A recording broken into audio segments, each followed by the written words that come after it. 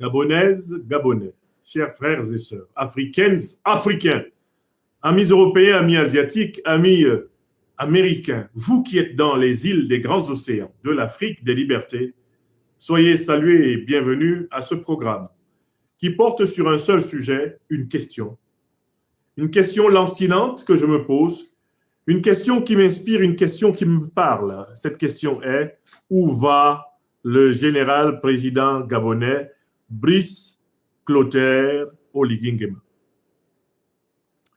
Pour aborder cette question, qui peut paraître anodine, mais pourtant qui est centrale, et dont vous vous souviendrez au regard des événements qui arrivent, je vais procéder en 3 moments. Dans un premier moment, je vais rappeler les conditions dans lesquelles est arrivé au pouvoir au Gabon le général Brice Clotaire Oligui Nguema. Dans un deuxième moment, je vais m'appesantir sur un certain nombre d'audaces relatives, très mesurées, dont le général président Brice Clotaire Oligui Nguema est responsable. Et dans un troisième moment, je vais indiquer pourquoi il aurait intérêt à bien mesurer la portée et la gravité des audaces dont il est l'auteur et par conséquent prendre le plus tôt possible la meilleure décision pour lui et peut-être pour le Gabon. 3 moments, notez-les bien. 1. Comment est-il arrivé au pouvoir? 2. Quelles sont les audaces dont il est responsable? Des audaces relatives qui, en réalité, relèvent du domaine de l'ambiguïté politique. Et enfin, 3. Quels sont les scénarios, dirait-on dans un latin bien châtié, ou plutôt dans un français ordinaire, quels sont les scénarios auxquels il doit s'attendre? C'est pour répondre à ces 3 sous-questions que j'ai soulevé la grande question: où va le général président Brice Clotaire Oligui Nguema au Gabon? Avant d'aborder les 3 moments de cette allocution, je voudrais répondre tout naturellement à la réaction épidermique, spontanée des soutiens, des invétérés, des affidés, et même des saprophytes du régime du président général ou du général président Brice Clotaire Oligui Nguema. Tout naturellement, je les entends dire: te mêle pas du Gabon, occupe-toi de ton Cameroun où il y a un vieux croulant qui est à Genève depuis plus de 40 jours. Mêle-toi de tes affaires, laisse le Gabon tranquille. À cela, je réponds: ce n'est pas vous qui avez créé le Gabon. C'est le tracé du colon français qui a créé le Gabon. Permettez-moi de ne pas respecter le colon français qui a tracé le Gabon, séparé le Gabon du Cameroun, du Congo, de la Guinée équatoriale. Permettez-moi, qui ai une conscience historique et qui suis panafricaniste, de ne pas considérer cette frontière au sérieux. C'est une frontière qui ne vaut rien. D'autant plus que quand Oligui Nguema parle le fang, je m'assois à Ebolova, je comprends tout ce qu'il dit. Je m'assois à Evodola, au Cameroun, j'entends tout ce qu'il dit et je comprends tout ce qu'il dit. Donc, permettez-moi de parler du Gabon, laissez-moi cette histoire de frontière que vous, les Gabonais, aucun Gabonais n'a tracé la frontière du Gabon. Donc, les Gabonais sont Gabonais malgré eux. Aucun Camerounais n'a tracé la frontière du Cameroun. Les Camerounais sont Camerounais malgré eux. Aucun Centrafricain n'a tracé la frontière du Centrafrique. Aucun Africain. Dans les 54 États que revendique la soi-disant Union africaine, aucun Africain n'a véritablement tracé ses frontières. Il y a quelques États, comme l'Éthiopie, qui ont joué un rôle majeur dans la détermination de leurs frontières. Je veux bien prendre en considération quelques États de cette nature. Tous les autres là. Celui qui vient me dire, va t'occuper de ton vieux Cameroun, même le Cameroun là, ce n'est pas moi qui en ai tracé les frontières, ce n'est même pas le vieux despote, le vieux grigou de Ngomeka, Paul Barthélémy Biya, qui en a tracé les frontières. Donc, la première objection, on fout ça à la poubelle. C'est une objection d'imbéciles, d'ignorants de l'histoire africaine, ceux qui ne savent pas que les frontières africaines actuelles ont été tracées par la volonté des colons occidentaux. Ce sont eux qui vont venir me parler du Gabon. Ne te mêle pas des affaires du Gabon. Ne te mêle pas des affaires du Gabon.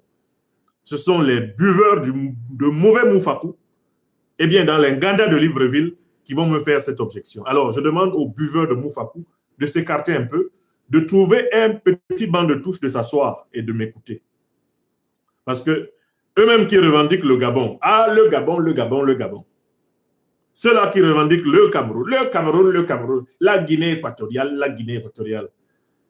Ce sont en réalité des individus lobotomisés, puisqu'ils ne savent pas que les frontières là, aucun Gabonais, aucun Africain n'a tracé les frontières actuelles de l'Afrique.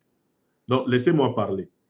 On m'appelle Nyamsi Wa Cameroun, Wa Africa. Je n'ai pas ajouté Africa par hasard. C'est pour vous demander de ne pas m'emmerder. Je vais parler d'Afrique. Pourquoi je vais parler d'Afrique? Parce qu'il y a une unité de la civilisation négro-africaine. Elle a été scientifiquement démontrée par les travaux, notamment du professeur Cheikh Anta Diop et du professeur Théophile Obenga. Il faut les saluer. Ils ont été prolongés par plusieurs brillants humanistes africains, comme le défunt Nusere Kalala Omotunde. Saluez-le et saluez l'équipe d'Anijart qui continue le travail en Guadeloupe.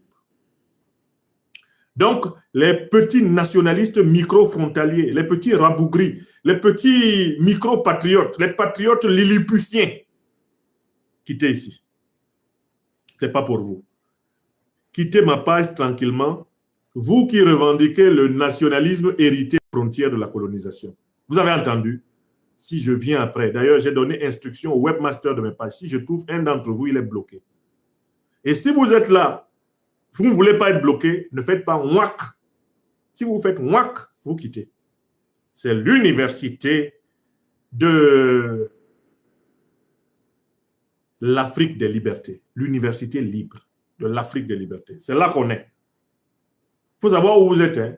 Vous n'êtes pas chez un micro-nationaliste camerounais, un micro-nationaliste tchadien, un micro-nationaliste, je ne sais pas, malien ou guinéen. Non, vous êtes chez un panafricaniste.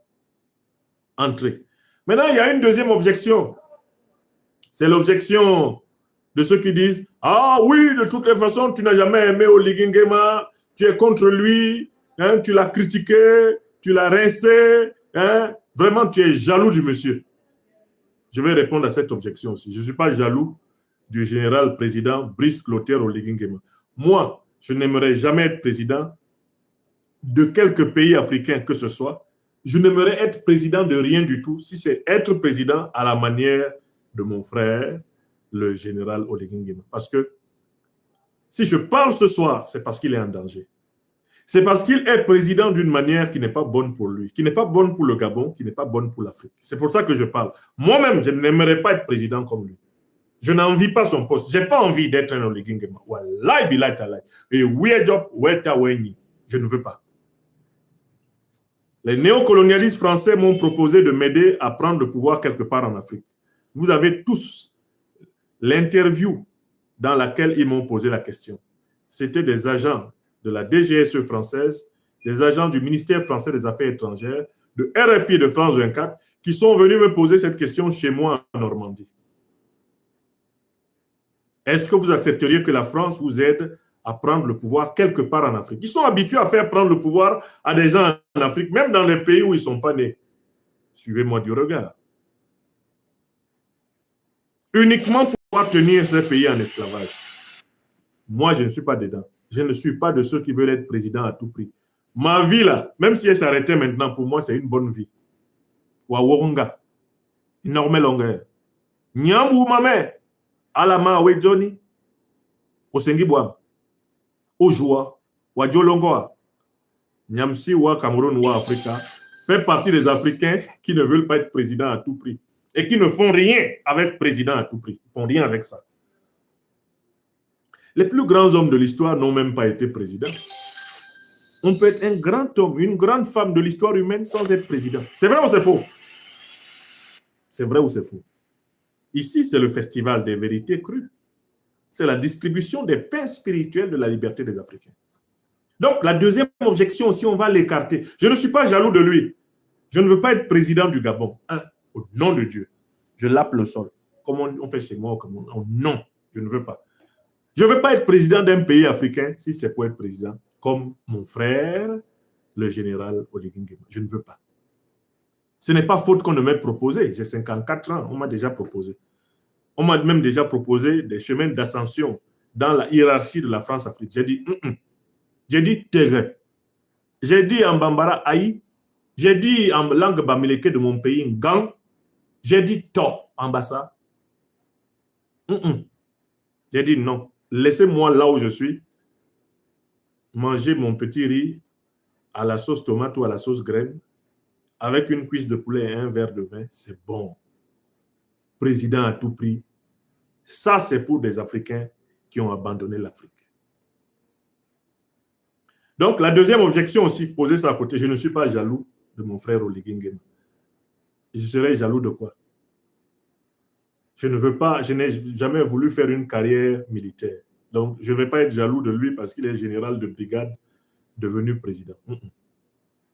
J'ai fait les études que j'estimais les meilleures pour moi et je les ai faites au meilleur niveau possible. Il n'y a pas un diplôme dans mon domaine d'études que je n'ai pas eu. Donc, moi-même, je peux m'asseoir et dire, c'est bon, you don't do, tu as fait. Non, je ne suis pas jaloux du président Oligui Nguema. Frère gabonais, partisan du président Oligui Nguema, écoutez-moi, je ne suis pas jaloux de lui. Pardon. En Haoussa, on dit aussi to, mais c'est ce qu'on dit en Bassa aussi, hein, on dit to. Ça dit non. Je ne suis pas dedans. Alors, quelle serait la troisième objection? Qu'est-ce qu'on peut encore faire valoir pour dire que je ne dois pas parler de cette affaire? On peut dire, ah, vous êtes l'ami de l'opposition gabonaise. Vous êtes proche du professeur Ondo Ossa. Hein, vous êtes proche des... C'est faux. Je ne suis pas l'ami de l'opposition gabonaise. Je ne la connais pas. Je la connais à peine. Je connais quelques personnalités de l'opposition gabonaise que j'ai eu à rencontrer de temps à autre, mais je ne suis pas l'ami, je ne suis pas mêlé. J'ai participé à quelques actions de conscientisation pour le Gabon. Par solidarité envers le peuple gabonais, j'ai des amis, j'ai des frères et des sœurs gabonais. Il y a une dame, une militante gabonaise très courageuse qui s'appelle sur le réseau social Général Bara Amazon. Je n'oublierai jamais cette femme. Quand Macron m'a mis en garde à vue dans un hôtel de police à Rouen, cette femme et beaucoup d'autres femmes africaines de toute nationalité ont débarqué à Rouen et se sont pratiquement mises à poil pour maudire Macron et maudire ceux qui me détenaient. Je dois au Gabon que mes amis, mes frères, mes camarades de lutte gabonais, j'en ai. Mais je ne suis pas mêlé aux affaires du Gabon. Chaque fois qu'on m'a invité, à l'occasion d'une conscientisation pour le Gabon, que j'étais disponible, je suis venu. Il m'est arrivé de venir à des activités de l'opposition gabonaise, mais je ne suis pas dans le schmilblick. Honnêtement, vous-même allez vérifier, je ne suis pas dedans. Je ne suis pas dedans. Je ne suis pas dans les groupuscules anti-Oligui, pro-Oligui, des groupuscules pro-Ondo Ossa, etc. Il y a un homme politique gabonais qui a disparu, que je n'ai pas connu, mais dont j'aimais beaucoup les idées. C'est le professeur Pierre Mambundu. Parce que ses idées étaient très proches du mouvement nationaliste, révolutionnaire, panafricaniste camerounais, auquel j'appartiens depuis ma naissance, celui de l'Union des populations du Cameroun. Ça seulement, oui. J'aimais beaucoup Pierre Mambundu, que je n'ai jamais rencontré. Je vous avoue tout. Donc, je ne suis pas dans les combines de Libreville. Je ne suis pas dans les Nganda, je ne suis pas dans les combinaisons du Moufakou. Voilà donc 3 objections que nous écartons d'abord pour pouvoir parler et que les gens nous laissent parler. Le micronationalisme gabonais, poubelle.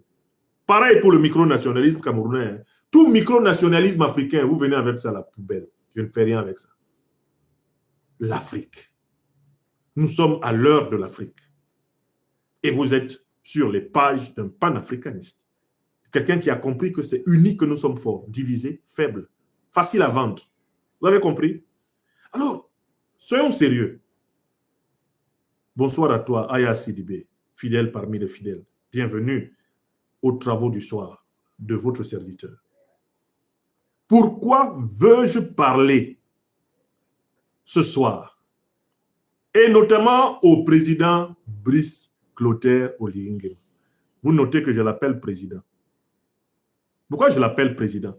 Parce qu'après 1, 2 et bientôt 3 années, Il n'y a aucune autre figure qui émerge pour diriger le Gabon entre-temps. De facto, il est devenu par le fait. C'est le général président du Gabon. Les opposants, même les plus purs et les plus durs, l'appellent comme cela au Gabon. OK, accordons-le lui. Il est président de fait du Gabon. Comme Biya est président de fait du Cameroun, Ouattara président de fait, tout naturellement, de la Côte d'Ivoire, et beaucoup sont présidents de fait sur ce continent, des présidents de facto. OK, notons ça. Ne parlons pas des élections. Une fois que j'ai donc écarté les trois objections, je vais vous dire d'abord l'idée qui m'a amené à tenir cette conférence. Cette idée est la suivante. Je suis inquiet pour mon frère africain, le général Brice Clotaire Oligui Nguema. Je considère, moi qui suis un analyste politique et qui ai l'expérience de la politique africaine, que ce monsieur, il est très en danger. Mais vous comprendrez ce que je veux dire lorsque je vais procéder moré, ordinné, géométrico. Et voilà pourquoi on me dit que le général président Oligui Nguema écoute mes émissions en disant « Ah, il ne m'aime pas, ah, vraiment, il est méchant, ah, etc. » Mais je lui demande de ne pas écouter toutes mes émissions avant, celle-ci qu'il l'écoute. Non pas parce que je veux devenir son conseiller. Wallahi billahi talahi, je ne veux pas devenir son conseiller. Je ne veux pas venir au Gabon. Je ne lui demande rien. Ce n'est même pas pour lui que je lui donne ses bons conseils. C'est pour le Gabon. C'est pour l'Afrique. Alors, je vais procéder comme j'ai annoncé dans le plan. Il va y avoir 3 moments. Comment est-ce qu'il est arrivé au pouvoir? Parce que si on ne sait pas comment il est arrivé au pouvoir, on ne comprend pas quel problème il a et pourquoi il s'agite comme il s'agite. Deuxièmement, quelles sont les audaces dont il est coupable? Et quels sont les dangers qui courent derrière ces audaces? Ce sera là l'objet de la 3e partie. Quels dangers sont derrière les audaces d'Oligui Nguema? Et puisque je suis au service du peuple gabonais, qui est une partie du grand peuple africain, je dirais comment je pense qu'il peut s'en sortir. Mais pas lui, le Gabon. Ou comment il peut s'en sortir avec le Gabon. Sans plus tarder, commençons par le début. Qui est le général Brice Clotaire Oligui Nguema? On le connaît depuis très longtemps au Gabon comme un militaire du sérail de la République gabonaise. La fonction la plus éminente qu'il ait occupée avant de prendre le pouvoir, c'était commandant de la garde présidentielle. Mais il a été pendant très longtemps le chef d'état-major personnel des présidents de la République du Gabon qui se sont succédés pendant le temps de sa naissance. Il était encore très jeune pour voir et participer au régime de Léomba, mais il a été l'aide de camp de l'ancien président gabonais Omar Bongo, imposé à la tête du Gabon par la France, d'ailleurs comme son prédécesseur, Léomba. Et il a été l'aide de camp et le chef d'état-major particulier du 2e président, du 3e président de la République gabonaise, Ali Bongo Ondimba. Et c'est celui-ci qui l'a nommé d'ailleurs à la tête de la garde présidentielle gabonaise, à partir de laquelle il a pris le pouvoir. Voilà le parcours de l'homme. Je ne veux pas entrer ici dans son histoire de vie, quelles études il a faites. Non, ce n'est pas ça qui m'intéresse aujourd'hui. D'ailleurs, on peut trouver beaucoup de détails de cette nature en consultant une fiche Wikipédia sur l'homme. Mais comment Oligui Nguema, Brice Clotaire, général de brigade, commandant de la garde présidentielle, est-il parvenu au pouvoir? Il est parvenu au pouvoir grâce à 3 facteurs. 3. Il y a 3 facteurs qui lui ont permis d'arriver au pouvoir. Premier facteur, l'affaiblissement du régime des Bongo, qui sont ses oncles, selon toutes les données en notre possession. Affaiblissement du régime des Bongo, non seulement le long règne d'Omar Bongo, le pâtre de la France-Afrique gabonaise, mais ensuite, le long règne qui avait commencé, celui donc d'Ali Bongo, le fils d'Omar.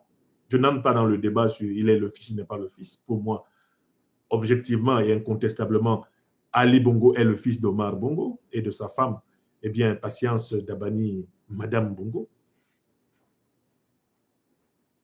Le règne d'Ali Bongo Ondimba a été à un moment donné paralysé et même amenuisé par l'accident vasculaire cérébral qui l'a physiquement diminué et l'a mis dans l'incapacité physique d'exercer les fonctions de président de la République.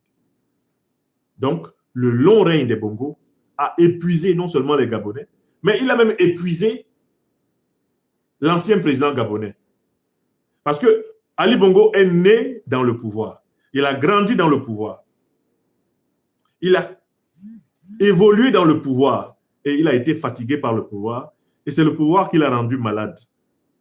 Et précisément, Brice Clotaire Oligui Nguema, officier de proximité, a vu dans la proximité le régime Bongo s'affaiblir, les Bongos s'affaiblir. Premier facteur, l'affaiblissement physique et psychique même, et des Gabonais et des Bongos eux-mêmes. Deuxième facteur qui a permis l'arrivée de Brice Clotaire Oligui Nguema au pouvoir, la division à l'intérieur de la famille Bongo. Cette division qui s'est cristallisée par la crispation entre les deux belles-sœurs. Madame Ali Bongo Ondimba, Sylvia Bongo, et la grande sœur d'Ali Bongo Ondimba, eh bien, Pascaline Bongo, s'entendaient comme chien et chat. Et dès lors, à l'intérieur même de la famille Bongo, il n'était plus question d'accepter qu'après Ali, et ça c'était la position de Pascaline Bongo qui est là, et qui est en réalité la véritable bergère symbolique du pouvoir d'Oligui Nguema, il n'était pas question d'accepter une succession de type patriarcal comme celle qui avait eu lieu entre Omar et Ali.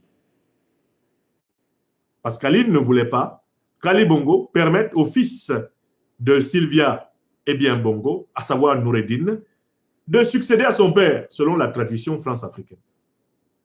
Le conflit est né de là, d'autant plus que Sylvia Bongo, pour Pascaline, lui avait manqué de respect, elle, la grande royale du palais présidentiel du bord de mer de Libreville. Oligui Nguema est l'homme qui va servir, le règlement de compte entre Pascaline et Sylvia, au détriment d'Ali, qui déjà est diminué par l'AVC, par l'hémiplégie qui paralyse la moitié de son corps, de son cerveau et de tous ses pouvoirs. Voilà le deuxième facteur qui a permis à Brice Clotaire Oligui Nguema de se glisser et de prendre le pouvoir. Parce qu'il était soutenu par une partie importante de la famille Bongo, puisque celle-ci était divisée. J'ai rappelé le duel entre les deux femmes. Quand deux femmes ne s'entendent pas dans un pouvoir, ce pouvoir est mort. Il y a un troisième facteur qui a permis à Brice Clotaire Oligui Nguema d'arriver au pouvoir, c'est la France. Pourquoi? Parce que Ali Bongo Ondimba avait entrepris de prendre un certain nombre de libertés envers la France qui a créé la République gabonaise, la France qui a créé Léomba, la France qui a créé Omar Bongo, la France même qui a organisé la passation de pouvoir à Paris entre Léomba et Omar Bongo, considère le Gabon comme son propre pipi. Et comme le disait un homme politique ivoirien, un caïman ne peut pas sortir du pipi que la France même a pissé pour venir mordre la France. Or, Ali Bongo avait eu un certain nombre d'audace. Le fait qu'il ait fait des études en partie dans le monde anglo-saxon, notamment aux États-Unis, ne lui avait pas laissé des traces seulement dans le domaine de la musique. Cela lui avait laissé des traces dans une envie de se libérer, de s'émanciper du monde dans lequel son père avait vécu, le monde de la France-Afrique. Ali Bongo a entrepris d'affirmer son anglophonie. Il est parfaitement anglophone, Ali Bongo. Il est allé plus loin. Il a inscrit le Gabon dans le Commonwealth, la communauté des États anciennement colonies britanniques. Il a inscrit le Gabon dans le Commonwealth et cela a été perçu à Paris comme un crime de lèse-majesté. Les néocolonialistes français à Paris pestaient. Ça perd l'hypopète, ça pristille, scrogneux, ventre bleu. Comment est-ce possible que nous ayons créé la République gabonaise, que nous ayons fabriqué Léomba, que nous ayons fabriqué Omar Bongo, que nous ayons permis et accompagné la succession patriarcale entre Omar Bongo et Ali Bongo, et que celui-ci se permette de faire venir les rosbifs, faire venir les Anglish dans nos affaires. Le jour où Ali Bongo Ondimba a inscrit le Gabon au Commonwealth, il a programmé le coup d'État français contre lui. Voilà pourquoi le jour où il tomba, Ali Bongo Ondimba parla anglais, et exclusivement anglais, car il savait qui n'avait plus d'amis à Paris. Make noise, make noise, make noise. C'était un appel au secours à ses frères, ses nouveaux frères d'Angleterre. C'était un appel au secours aux gardiens de la fraternité britannique, les princes d'Angleterre. C'était un appel désespéré. Ali Bongo Ondimba savait qu'il avait été renversé par la France. Il savait qu'il avait été renversé par sa sœur. D'ailleurs, c'est pour cela que la vie lui a été préservée. Parce que sa sœur Pascaline a veillé pour ne pas franchir toutes les limites de l'outrecuidance, à ne pas laisser qu'Ali Bongo se prenne une balle dans la tête. Oui, Ali Bongo est vivant parce que Pascaline était dans le coup d'État et qu'elle a dit « Renversez mon frère, mais ne le tuez pas ». D'ailleurs, vous avez observé que dans ce coup d'État, on n'a pas physiquement humilié Ali Bongo, mais on a physiquement humilié sa femme, si elle vient. On a physiquement humilié son fils Noureddin, parce que c'est eux qui étaient visés. Ali, on considérait de toutes les façons qu'il était cuit par l'AVC, que désormais hémiplégique, il ne pouvait pas gouverner le Gabon. C'est vrai. S'il lui-même était intelligent, suffisamment intelligent, il aurait démissionné après avoir subi cet accident vasculaire cérébral pour permettre au Gabon d'être dirigé par quelqu'un qui soit en capacité. Mais le pouvoir est une drogue. Ali s'accrocha et fut décroché. Mais vous avez observé que ce coup d'État fut humiliant. Certes pour Ali, puisqu'il fut renversé et que le pouvoir que son père lui avait donné sur un plateau en or lui fut enlevé dans la bouche. Un peu comme on enlève le biscuit dans la bouche d'un enfant gourmand. Selon la tradition bassa, on appelle ça olognon. Olognon, olo, le biscuit. Quand on enlève le olo dans la bouche, ça fait mal. C'est pour ça qu'il cria « Make noise, make noise, make noise ». Il s'adressait au prince d'Angleterre, il s'adressait aux États-Unis d'Amérique qui ne répondirent point, considérant qu'il s'agissait là d'un problème qui appartient à la soupe de la France-Afrique. C'est-à-dire un problème du précaré français.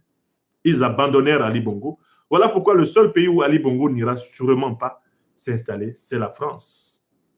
Il n'a pas oublié que c'est la France qui l'a fait tomber.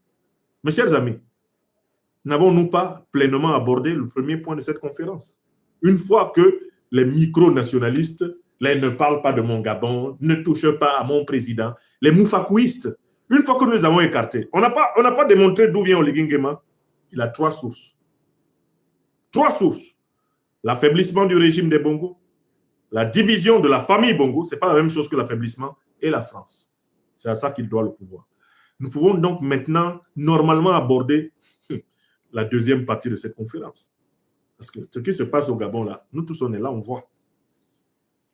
La deuxième question de cette conférence, c'est quelles sont les audaces paradoxales dont Oligui Nguema, le général président du Gabon, s'est rendu coupable. S'est rendu coupable de beaucoup d'audaces, hein, et des audaces paradoxales.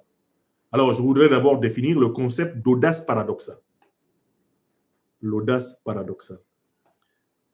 C'est-à-dire que c'est une audace qui se retourne contre ceux qui ont permis à Oligui Nguema d'être président. Il est responsable de plusieurs audaces paradoxales. C'est-à-dire qu'il fait des choses qui égratignent, qui écorchent, et bientôt qui vont blesser, qui vont choquer et énerver ceux qui l'ont mis là. C'est ce que j'appelle une audace paradoxale. C'est-à-dire que tu vas faire quelque chose, tu penses que tu fais ça contre tes ennemis, mais tes amis s'énervent. Vous avez déjà vu ça, non? Vous êtes dans un groupe d'amis, vous avez un ami, bon, vous rencontrez un groupe que vous détestez, et puis l'ami dit, je suis le gars le plus intelligent du quartier. Yeah. Ses propres amis se retournent pour dire qu'il parle, donc nous on est des cons. On marche avec lui, donc on est des cons alors. C'est ce qu'on appelle les audaces paradoxales. Alors que tu crois que tu marques un but dans le camp adverse, tu marques un but contre ton camp. Donc tu es dans ce qu'on appelle l'audace paradoxale. L'image de l'audace paradoxale, c'est l'autogol. L'autogol. Ce qui me ramène à une anecdote du football camerounais, dont je suis friand. Le grand gardien de but des Lions indomptables du Cameroun, Jacques Songo, qui a eu une très grande carrière, avait joué à un moment donné de sa carrière au Canon de Yaoundé. Et quand il arrivait au Canon de Yaoundé, la défense du Canon de Yaoundé avait un certain numéro 5 qui s'appelait Betek. Un garçon costaud, brillant, un excellent joueur de football, mais il avait des jours où il était plus dangereux pour son propre gardien que pour l'attaquant adverse.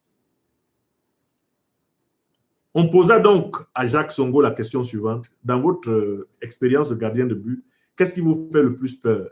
Jacques Songo, avec l'accent de notre langue bassa du Cameroun, répondit: j'ai plus peur de mes propres défenseurs que des attaquants adverses. J'ai plus peur de mes propres défenseurs que des attaquants adverses. Selon l'anecdote, Songo parlait en fait de Betek, qui lui avait marqué des autogols spectaculaires. C'est-à-dire que le gars te marque un but, toi, tu es d'accord que même un attaquant adverse n'aurait pas pu le marquer aussi. Centre en corner, coup de tête de Betek, but dans le camp. Ouais, Balok, malchance.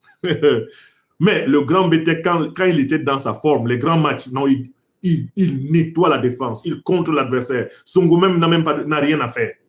Mais il y a des jours où Betek, dans la langue bassa, le dégagement, quand un défenseur fait un dégagement et le ballon va plutôt dans son but, on appelle ça un basse nkwata. Le nkwata. C'est-à-dire c'est un dégagement qui produit un autogol. Le ballon rebondit dans la surface. Betek dégage. Ça rentre à l'angle à 90 degrés, dans le petit trou entre les deux poteaux. Ouais. Songo dit seulement, Limbong, mais ça m'a fait. Dans la fameuse anecdote de Jacques Songo, c'est de cet autogol qu'il était question. Oh, le général président Oligui Nguema ces derniers temps est entré dans les autogols. Il joue comme Betek. Il rappelle un autre joueur qui avait joué à Manchester United, Maguire. Maguire a fini par devenir une star du Parlement ghanéen. Un député ghanéen a expliqué un jour que, à la manière dont Nana Akufo-Addo, le président ghanéen, avait surendetté le Ghana, on pouvait le comparer à Maguire, le plus grand autogoleur du championnat britannique. Maguire. Oui, le général président Brice Clotaire Oligui Nguema est en train de devenir un roi du Nkwata. Ambassadeur, on dit Mbas Nkwata, ça dit qu'il a tiré un tir qui est entré dans son propre camp. Nkwata. Ouais, dis donc. Oh, non, la politique africaine, c'est Ndolé Miondo. La politique africaine, c'est Ndolé Miondo. Il y a à rire et à pleurer dedans. Cela a même inspiré l'un des plus beaux romans comiques et satiriques de politique que j'ai lu, de l'écrivain congolais Henri Lopez. Cherchez ce livre. Il s'intitule Le pleurer rire. Le pleurer rire. Dans la politique africaine, tu pleures, tu ris en même temps. Tu peux rire dans l'eau. La politique africaine, on voit tout et le contraire de tout. Donc, dans cette deuxième partie de cette conférence, je suis en train de vous expliquer que le général président Brice Clotaire Oligui Nguema est un basse Nkwata. Il est en train de tirer les Nkwata. Et c'est là où moi-même, mon cœur d'être humain, mon cœur d'Africain, je suis gêné pour lui et je me suis senti obligé de lui parler.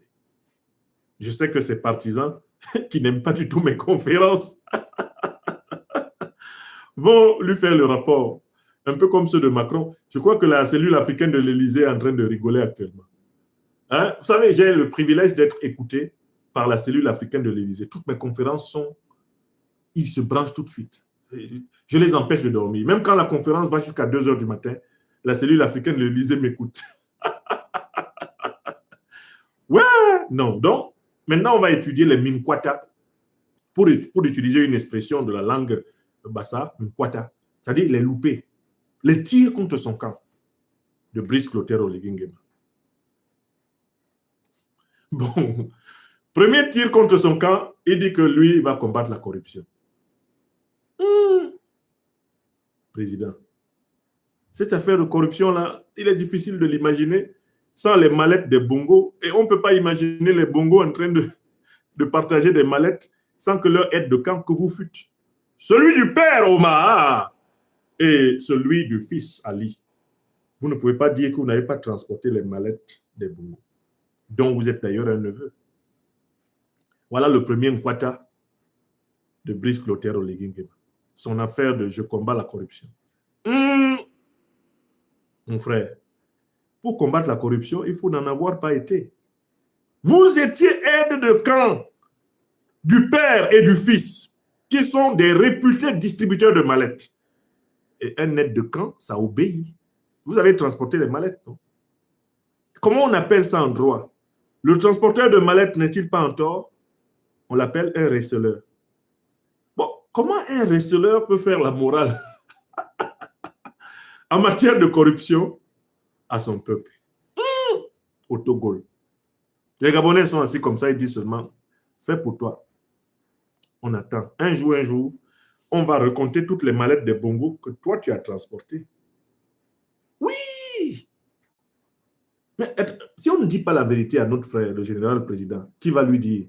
Il est maintenant entouré de menteurs et de flatteurs qui font comme s'ils ne voient pas ce que nous tous on voit. Premier Nkwata, je vais combattre la corruption. Tu étais dedans. D'ailleurs, le régime gabonais, c'est le recyclage des caciques de l'ancien régime qui volaient. C'est des voleurs qui pourchassent des voleurs. Ça, Froulaï, on peut faire ça. On peut faire ça. On peut envoyer des voleurs pour chasser des voleurs. Il y a des voleurs qui sont en prison, mais qui sont fiers. Hein. Vous savez pourquoi? Au Gabon, il y a des voleurs qui sont en prison, qui sont fiers. Vous savez pourquoi ils sont fiers? Parce qu'ils ont été emprisonnés par des voleurs. Ils disent que c'est une fausse prison. Ah, mouf. Celui qui m'a mis ici, c'est un gros voleur. On volait ensemble. Il est seulement du bon côté, maintenant, du manche. Premier Nkwata. Mais deuxième Nkwata, c'est-à-dire, deuxième tir contre son propre camp, il dit que le pouvoir ne l'intéresse pas. Que lui, le président général, Brice Clotaire Oligui Nguema, dit que le pouvoir ne l'intéresse pas. Que lui, vraiment, quand il va quitter le pouvoir, il va aller pêcher. Et, président, est-ce que les gens qui sont autour de vous ne vous disent pas que des gros mensonges comme ça ne passent pas? On peut aller pêcher même quand on est au pouvoir. Qu'est-ce qui empêche le président? D'ailleurs, j'ai vu des vidéos de lui où il s'en va la nuit pêcher, puisque c'est une passion chez lui. On peut pêcher quand on est président. On peut pêcher quand on n'est pas président, et on peut pêcher quand on ne sera pas président. Alors, en quoi pêcher là? Pêcher du poisson là, en quoi c'est quelque chose d'extraordinaire? Au point de dire, ah, il y a des gens qui s'accrochent à la fonction de président. Ils parlent comme ça d'Ali Bongo. Hein. Ils parlent comme ça d'Omar Bongo. Hein. Que eux, ils sont accrochés à la fonction de président parce qu'ils ne savent pas quoi faire après. Est-ce que la pêche est une activité qu'on est obligé de faire après la présidence? On peut la faire avant la présidence de la République. Pendant la présidence de la République, la preuve, lui, il pêchait avant, il pêche encore. Oui ou non? On peut aussi pêcher après avoir été président. Donc, évoquer le fait qu'on peut aller pêcher du poisson, c'est se moquer de l'intelligence des gens. Voilà le deuxième Nkwata du type. Premier Nkwata, je vais combattre, je vais mettre fin à la corruption. On dit, oh, toi aussi. Tu as bien mangé dedans. Deuxième Nkwata, moi, le pouvoir ne m'intéresse pas. La preuve, vous voyez comment je pêche. Quand je vais quitter la présidence, je vais retourner dans mon village pour pêcher. Ça aussi, c'est faux. Je n'aime pas qu'on se moque de l'intelligence de mon peuple. Les Gabonais, mes frères et sœurs, Gabonais et Gabonaises savent qu'on peut pêcher avant d'être président de la République. On peut pêcher pendant qu'on est président de la République. Et on peut aussi pêcher après. C'est vrai ou c'est faux? C'est vrai ou c'est faux? Moi-même, Niamsi, là, je peux, ici à Bamako, il y a le fleuve Djoliba qui est là. Si demain, je suis président du Cameroun, comme je l'espère, je pourrais aller pêcher dans le Nyon, dans le Vouri, dans le Diamaré. Je pourrais aller. Et si après demain, je ne suis pas président, ou je ne l'ai même jamais été, je pourrais toujours aller pêcher. Donc, aller pêcher là, ça n'a rien à voir avec le pouvoir. C'est une passion qu'on peut exercer, comme moi j'adore la musique vinyle, etc. Voilà le deuxième Nkwata du type. Faire croire aux Gabonais que le pouvoir ne l'intéresse pas. Général président, quel pouvoir ne vous intéresse pas? La manière dont vous avez pris ça. Sauf là. Troisième Nkwata, troisième but contre son camp. Il dit qu'il est pour la démocratie. Chaud! Non, là aussi. Démocratie. Bon, s'il était pour la démocratie, il aurait pris le pouvoir pour rendre le pouvoir à celui qui a battu Ali Bongo aux élections. Je recommence. Si le général président Brice Clotaire Oligui Nguema était pour la démocratie, il allait donc arrêter Ali, le mettre à l'écart, comme Ali avait truqué. Tout le monde sait qu'Ali a fraudé. Et que c'est le professeur Ondo Ossa qui avait gagné. malgré les conditions étriquées de l'élection. Ok, d'accord. Si Brice Clotaire Oligui Nguema aimait la démocratie, il allait aller chercher le président Ondo Ossa dans sa maison. Il se met au garde à vous. À vos ordres, Excellence. C'est vous qui avez gagné les élections, c'est vous qui exercez le pouvoir. Je vous rappelle qu'en 2000, en Côte d'Ivoire, c'est ce qui s'est passé. Le gros de l'armée ivoirienne s'est mis à la disposition de celui qui avait battu le général Gueye, le président Laurent Gbagbo. Si l'armée ivoirienne n'avait pas basculé pour reconnaître le président élu de l'élection d'octobre 2000, Laurent Gbagbo ne serait pas devenu président de la République. Donc, c'était tout à fait possible pour le commandant de la garde présidentielle d'être le justicier, le redresseur de tort, et de remettre le pouvoir à celui qui avait gagné. Mais le général président Brice Clotaire Oligui Nguema, à la manière, d'une certaine façon, de l'autre général président, Umaru Sissoko Embalo. Umaru Sissoko Embalo, lui, il a organisé un coup d'État contre celui qui a gagné les élections. Il a mis l'opposant qui a gagné les élections en prison. Il a donné le pouvoir à un général, Hortentam, avec l'applaudissement de Macron, de Bassirou Diomaye Diakhar Faye et de tous les voyous de la France-Afrique, hein, en Guinée-Bissau. Quant au Gabon, Oligui Nguema dit que Ali Bongo a fait une fraude. On dit, ok, c'est vrai. Il prend le pouvoir pour lui, on dit, mais c'est comment? On dit, Oligui, Aneve, Aneja, Djeben, qu'est-ce qui se passe? Si Ali Bongo est truqué, ça veut dire que c'est Ondo Ossa qui a gagné. Et remet donc le pouvoir à Ondo Ossa, puisque c'est lui que les Gabonais ont choisi contre Ali Bongo. Il dit non, je ne remets pas. Le jour-là, il a enlevé son nom de la liste des démocrates. D'énorme longueur.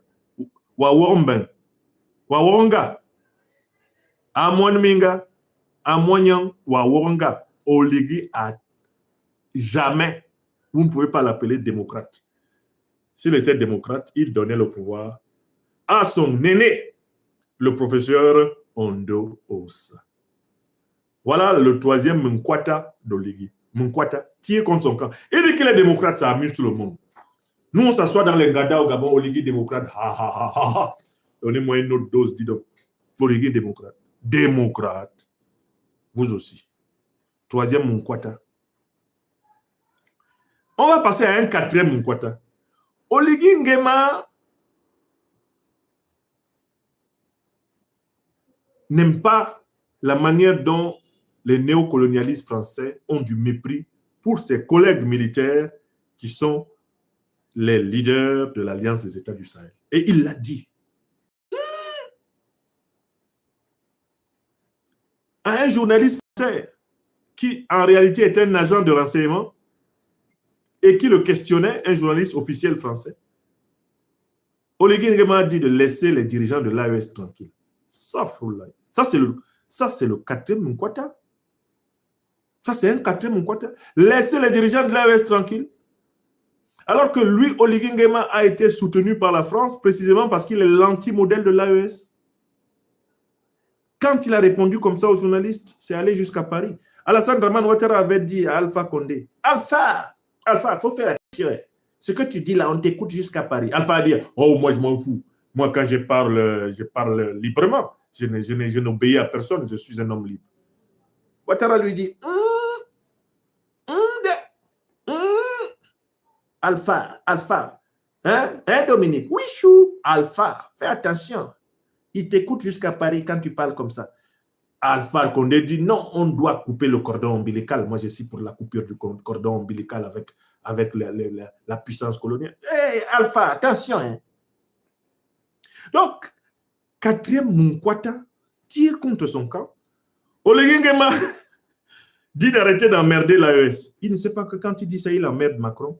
Parce que l'emmerdeur de l'AES, c'est Macron. Et le protecteur d'Oligui Nguema, c'est Macron. Quand quelqu'un t'a fait asseoir dans le fauteuil, ne l'emmerde pas. Si tu l'emmerdes, tu vas avoir des problèmes. Oui! Voilà donc le quatrième Munkwata de l'homme. À un moment donné, il en a marre.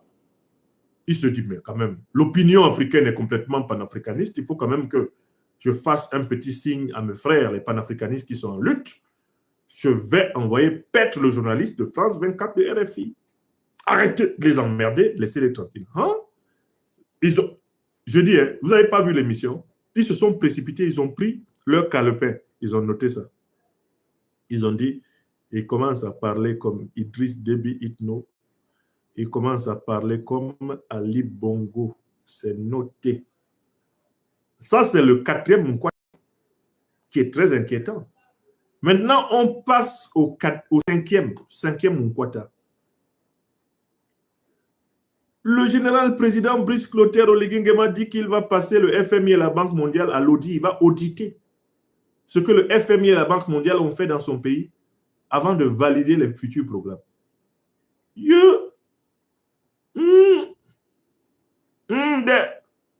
Mais qui est le FMI et la Banque mondiale? Oligui Nguema ignore que le FMI, c'est le bras armé de l'impérialisme occidental pour dominer l'Afrique. Il fait comme s'il ne sait pas ça. Le poste de directeur général adjoint du FMI est, par définition, réservé à la France. Le FMI et la Banque mondiale, c'est l'Alliance occidentale, c'est l'OTAN financier. OTAN financier. Pour tenir le monde en esclavage à travers la dette. C'est une organisation de criminels financiers. Donc, quand tu te permets de dire que toi, tu vas auditer ces criminels, ils prennent leur calepin et ils prennent des notes. Il dit, nous, on l'a mis là, c'est nous qui l'avons placé, et il dit qu'il va nous auditer. Même s'il dit ça pour plaisanter, c'est le cinquième Munkwata. Je note ces Munkwata, hein. Il y en a 7 que j'ai notés. Sixième Munkwata, sixième Munkwata de notre BTEC national du Gabon, de notre Maguaya gabonais. Je l'ai vu venir en visite officielle ici. Quand je dis ici, plutôt là-bas à Paris. Parce que moi, je suis à Bamako. J'ai parlé comme quand j'étais encore en France. Je l'ai vu venir en visite officielle en France et il a été accueilli par une obscure ministre dont je ne connais même pas le nom, dont je ne veux même pas connaître le nom moi-même. Parce que les ministres de Macron ne sont pas issus d'une majorité parlementaire. C'est des ministres ouya-ouya, des ministres vadémékoumiques, des individus quelconques, des individus quinconcés. Donc, voilà Oligui Nguema qui vient en visite officielle, chef de l'État du Gabon quand même. Je ne prends pas pour n'importe qui. En France, on ne lui envoie même pas le Premier ministre, on ne lui envoie même pas le ministre de l'Intérieur, hein, ou le ministre de la Défense. Ah! On lui envoie une obscure ministre de la Culture dont lui-même ne connaît pas le nom pour l'accueillir. Allez voir la photo, la tête que faisait le général président Oligui Nguema quand il a vu qui on a envoyé l'accueillir. Trop de nervosité dans son corps. Trop de nervosité dans son corps. Ça a été filmé à Paris. Les espions de la DGS ont noté et ont rapporté. Le président gabonais ne semblait pas du tout content de la qualité de l'accueil qui lui a été réservé. C'est qu'il n'accepte pas d'être considéré comme un subalterne. Il a quelque chose. Il a un petit problème, celui-là. Sixième Munkwata. Sixième Munkwata. Maintenant, on arrive au septième. Je vous dis pourquoi le monsieur est en danger. Septième Munkwata, c'est-à-dire tire contre son camp.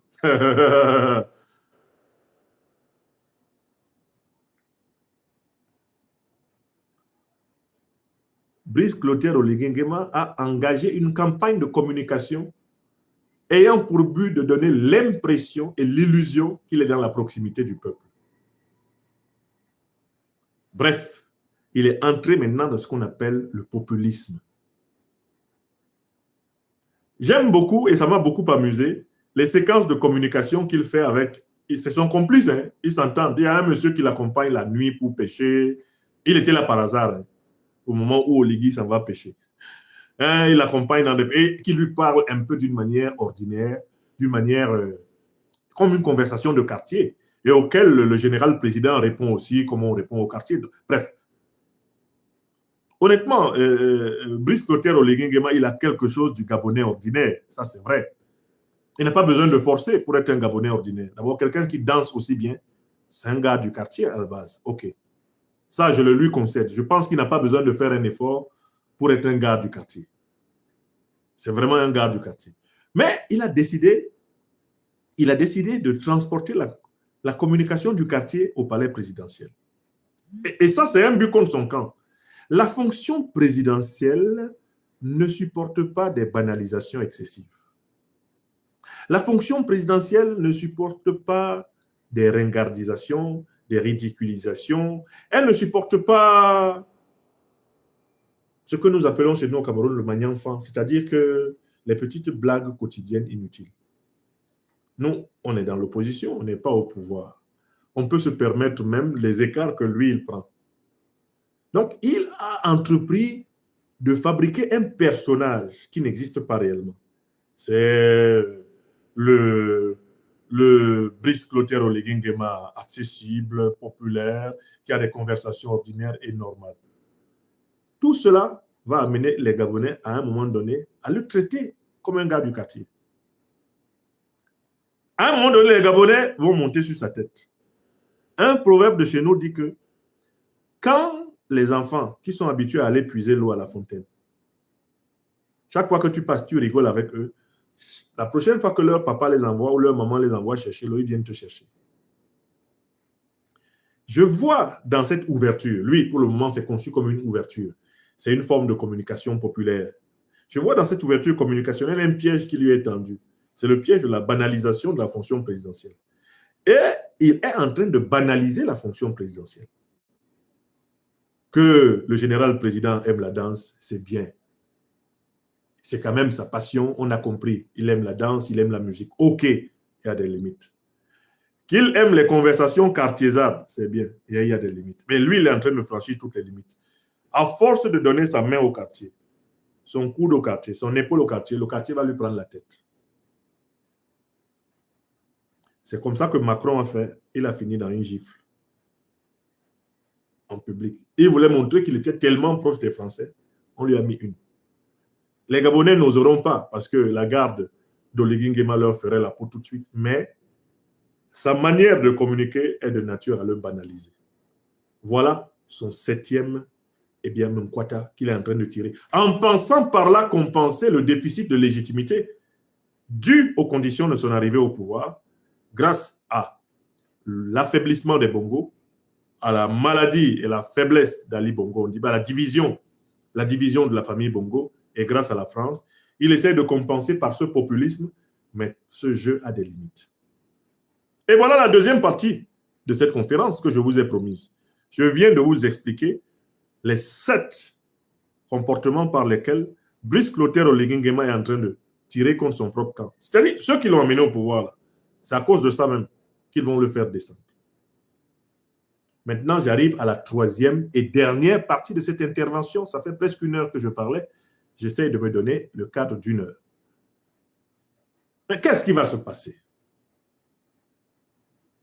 Ce qui va se passer, premièrement, c'est que, objectivement, il ne pourra pas transformer la société et l'économie gabonaise. Pourquoi? Parce que la société et l'économie gabonaise sont entre les mains de la France et entre les mains des institutions financières internationales. Son agitation soporifique, épidermique et artificielle qu'il fait ne bouge aucune des catégories fondamentales de la domination. Le Gabon est sous le contrôle militaire français, il est sous le contrôle monétaire français, il est sous le contrôle sécuritaire franco-américain. Et à tout moment, quand ils vont estimer qu'il s'est galvaudé, qu'il s'est transformé en monnaie de rechange, en billet frelaté de monnaie, ils vont le dégager par un coup d'État tout aussi insignifiant que celui qui l'a amené. Voilà la première conséquence. D'autant plus que, à un moment donné, ils vont considérer qu'il a beaucoup trop d'audace et que ces audaces risquent de produire, à un moment donné, une prise de conscience dans la société gabonaise contre les intérêts du néocolonialisme français et de l'impérialisme américain. Donc lui, là, il est en danger de remplacement. Non pas par un patriote, un révolutionnaire gabonais, non, mais par un valet, c'est-à-dire quelqu'un qui se tait, qui obéit et qui, à aucun moment, ne cuine ni ne respecte. Voilà la menace qui court sur lui. un coup d'État néocolonialiste français, un coup d'État impérialiste supplémentaire pour corriger, rectifier le tir et avoir vraiment quelqu'un qui obéit là-bas à Libreville, le doigt sur la couture et qui ne cuine pas, qui ne s'agite pas comme lui. L'erreur qu'il commet, c'est de penser que quand ce moment viendra, les Gabonais se rangeront derrière lui. C'est qu'il ne connaît pas les Africains. Les Gabonais sont là, ils font semblant de se ranger derrière lui parce qu'il est le plus fort du moment. Et que personne ne va aller en prison, personne ne va être tué, personne ne va être battu. Personne de ceux qui lui obéissent ne veut être exilé. Les gens savent que si vous n'êtes pas d'accord avec Oligui Nguema, vous avez 4 destinations. La prison, le cimetière, l'exil ou l'asile psychiatrique. Vous allez à l'hôpital vous-même, vous vous faites hospitaliser comme fou. Donc, les gens, quand ils sont dans ce genre de situation, ils sont là comme ça. Un jour, pour nous va arriver. Un jour, pour nous va arriver. One day, we only go comme. Vous connaissez les gens? On appelle ça l'hypocrisie de l'adhésion populaire. Quand tu parles, hey, ouais, prési. Le jour où tu glisses. Ah, il n'a qu'à quitter là. Il se foutait de nous, il nous prenait pour des cons. Les mêmes. Donc, l'illusion qu'il a de l'adhésion populaire est une illusion qui est entretenue par la peur de l'affronter. Enfin, troisième élément de cette troisième et dernière partie et conclusion de cette conférence. Les Occidentaux, là, c'est-à-dire le FMI, la Banque mondiale, eux, ils ne peuvent pas se fier à quelqu'un qui a de temps en temps des sautes d'humeur. Ça, ils n'aiment pas ça. Ils n'aiment pas des gens qui ont un peu de caractère. Des gens qui, de temps en temps, peuvent être imprévisibles. Ils n'aiment pas des gens qui, de temps en temps, peuvent faire des commentaires qui ne leur plaisent pas. C'est pour ça qu'ils ont dégagé le président, le maréchal Idriss Déby Itno. Vous savez, vers la fin de sa vie, il était très amer et il avait vomi dans plusieurs interventions publiques le néocolonialisme français. Par là, il avait programmé son élimination. Qu'il le veuille ou non, ils avaient son macabo. Donc, ces néocolonialistes-là, ils ont un cahier où ils écrivent avec un crayon sans gomme. Chacune des libertés que l'on prend, que ce soit des libertés de ton, des libertés de posture, des libertés d'attitude, des libertés de parole que l'on prend avec eux, sont considérées comme un but contre vous-même. Alors, comment peut-il s'en sortir? Puisque comme je viens de le faire comprendre, il est tout à fait en danger. Comment peut-il s'en sortir? Le général président Brice Clotaire Oligui Nguema n'a aucune autre solution pour s'en sortir. Si ce n'est, premièrement, chercher des alliances internationales qui lui permettent de s'affranchir de la domination française et américaine. Ça, c'est un. Chercher des alliances internationales qui lui permettent de s'en sortir de la domination française et américaine. Les nouer. Et c'est ce que Obiang Nguema Bazogo, jusqu'à côté, son homonyme Nguema, en Guinée équatoriale, c'est ce qu'il a compris. Deuxième élément extrêmement important. Tout faire pour récupérer des pans de l'économie gabonaise afin de donner à l'État gabonais la capacité de financer réellement son développement. Parce que le développement du Gabon est amplement dépendant des crédits à l'économie octroyés par la Banque de France, par le Fonds monétaire international et la Banque mondiale, qui empêchent les Gabonais d'exercer justement cette compétence fondamentale en économie qui s'appelle la création monétaire. Troisième élément important, le président Oligui Nguema doit absolument changer la structure de sa sécurité personnelle. Sa sécurité personnelle dépend encore essentiellement de la France. Elle dépend encore essentiellement de l'impérialisme occidental. Tant qu'il sera gardé par des gens qui ont prêté allégeance à la France, ce qu'il est en train de faire là, c'est-à-dire ces Minkwata, comme je les ai appelés en langue bassa bantou, vont se retourner contre lui. Waworomben, vous avez compris? Ninormel Longuer, Ojoua, Ayame, Ayamewa, Nyambou Mame. Voilà ce pourquoi je voulais parler ce soir au président général du Gabon, Brice Clotaire Oligui Nguema. Il n'est jamais trop tard, il n'est jamais tard. Ici-bas, il n'est jamais tard. Petit à petit, l'oiseau fait son nid. Petit à petit, l'oiseau fait son nid. Cette chanson est connue au Gabon. Le nid que vous avez à faire, c'est la sortie des mains du néocolonialisme français et de l'impérialisme américain. C'est la sortie des fourches codines du FMI et de la Banque mondiale. Et par cela, la nationalisation des mines gabonaises, des forêts gabonaises. Et vous ne pouvez pas faire cela si vous n'avez pas changé la structure de votre sécurité personnelle. Si vous continuez à être gardé par la DGSE, vous continuez à être gardé par la CIA, taisez-vous. Si vous voulez voir vos enfants grandir, taisez-vous, Brice Clotaire Oligui Nguema. Trop parler, c'est maladie. Trop parler, c'est maladie. Si vous ne pouvez pas faire, taisez-vous. Et j'ai atteint mon objectif. Maintenant, je conclus quand même en rappelant que j'avais donné une semaine avant son assassinat au Tchad ce conseil à feu le président Idriss Déby Itno. Il était dans une phase encore plus aiguë. Il était très avancé dans la critique du néocolonialisme. Il était même pratiquement dans la rupture avec le néocolonialisme, la rupture avec la France, qu'il a installé au pouvoir en 1990 au Tchad. Le président Idriss Déby Itno était en visite au Congo-Brazzaville au début du mois d'avril 2021, le mois où il a été tué. Il a été tué vers le 18-19 avril. Moi, Yamsi Wa Cameroun Wa Africa, j'ai donné une conférence que mes internautes fidèles n'oublieront jamais. J'ai donné une conférence que mes internautes fidèles n'oublieront jamais. Vous savez ce que j'ai dit dans cette conférence? Vous pourrez la retrouver. Cherchez Franklin Yamsi, Tchad, Idriss Déby Itno, avril 2021, une semaine avant son assassinat. La conférence contenait le message suivant.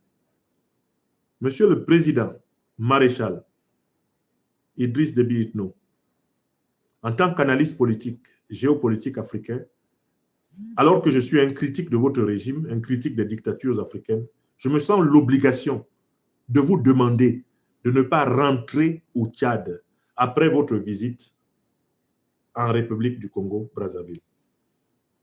Je pense que vous serez même vivant si vous choisissez plutôt de rentrer carrément à Paris, d'aller vous réfugier à Paris et de demander que d'autres gèrent le Tchad. J'ai donné une conférence en lui disant « Ne rentrez pas ». J'ai été ferme et précis. Monsieur le Président, ne rentrez pas au Tchad. Une semaine avant sa mort. C'est Kali Cheikh, cher ami, cher frère. Tu étais là, oui ou non? Mes amis qui sont sur les réseaux sociaux. Est-ce que je n'ai pas dit une semaine avant son assassinat au président Idriss Déby Itno de ne même pas rentrer? J'ai dit que son avion, qu'il prenne son avion et qu'il aille ailleurs. Qu'il dise, je laisse le pouvoir, je vais m'occuper de ma vieillesse, de mes mémoires, j'ai assez servi le Tchad, c'est bon. Ne rentrez pas au Tchad. Et j'avais précisé les raisons. J'avais précisé les raisons. Hein. Ne rentrez pas au Tchad.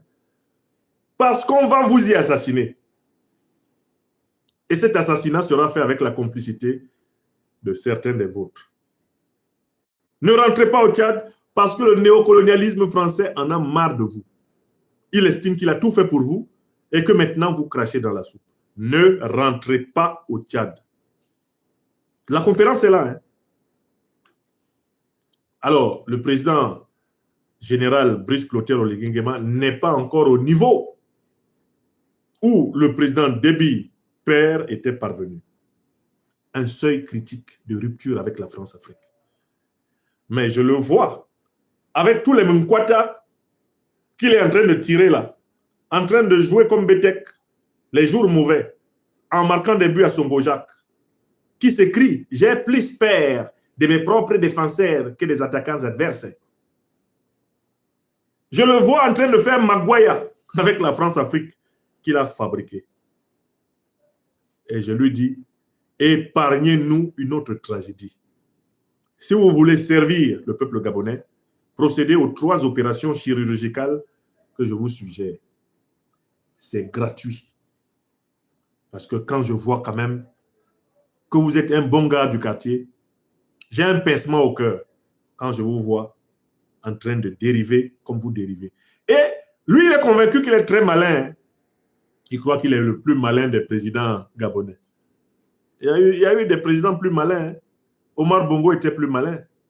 Mais la France ne l'a pas laissé mourir en France. Il est mort en Espagne. Ali Bongo se sentait aussi très malin, très génial. Il sait où il est. Attention. Attention très attention. Bon, j'estime avoir fait mon devoir d'Africain, envers le général président Brice Clotaire Oligui Nguema. Ses partisans, souvenez-vous, quand j'ai commencé la conférence, j'ai étudié vos 3 objections et j'ai dit, quittez ici. Habemeha, quitte devant moi. Kormamis, si c'est pour le patriotisme gabonais que tu viens m'insulter, je vais te bloquer. Tu ne pourras même plus bénéficier des conférences du serviteur de l'Afrique des libertés. Waworonga, Normel Kormamis, les 3 objections que vous fabriquez souvent contre moi sur les réseaux sociaux, j'ai d'abord fini avec ça pour commencer. Maintenant, la parole est à Jean Bikoko Aladin. J'ai fait ma part. J'ai dit.